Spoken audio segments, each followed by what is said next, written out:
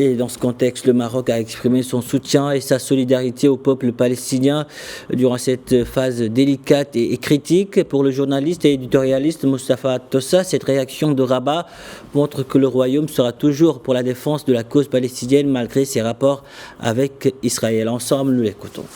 Cette relation privilégiée, spécifique qui lie le Maroc à Israël dans le cadre des accords d'Abraham, et bien avant les accords d'Abraham, il y a toujours eu une relation très particulière entre Marocains et Israéliens.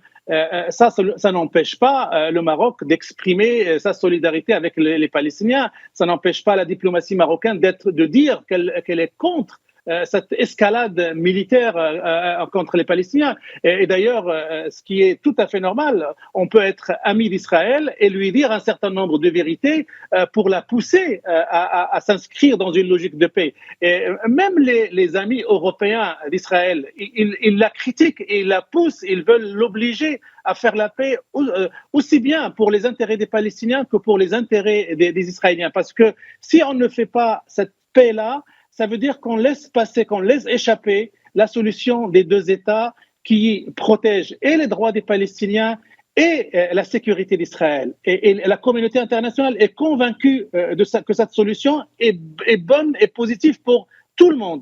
Maintenant, si on laisse passer cette solution et si on ne fait rien contre les plans expansionnistes menés par Benjamin Netanyahu, qui à chaque trimestre presque, il donne son feu vert pour la construction de nouvelles colonies, ça veut dire qu'on se dirige fatalement vers pas la solution des deux États, mais la solution d'un seul État. Un seul État où il y aurait Palestiniens et Israéliens en train de vivre ensemble. Et cette solution d'un seul État, non seulement elle est refusée par les Palestiniens parce qu'ils ont un droit à avoir un foyer national, mais elle est refusée aussi par les amis d'Israël, aussi bien en Europe qu'aux États-Unis, pour la simple raison que, partant d'une logique démographique, la solution d'un seul État n'est pas favorable à Israël à long terme.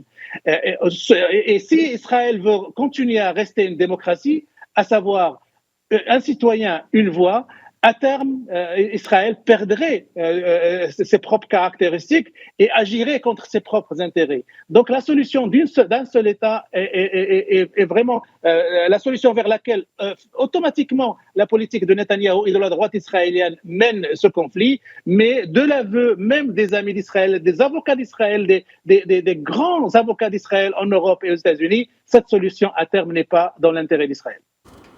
Toujours pour Moustapha Tossa, la solution à deux États est indispensable pour la paix dans la région. Ensemble,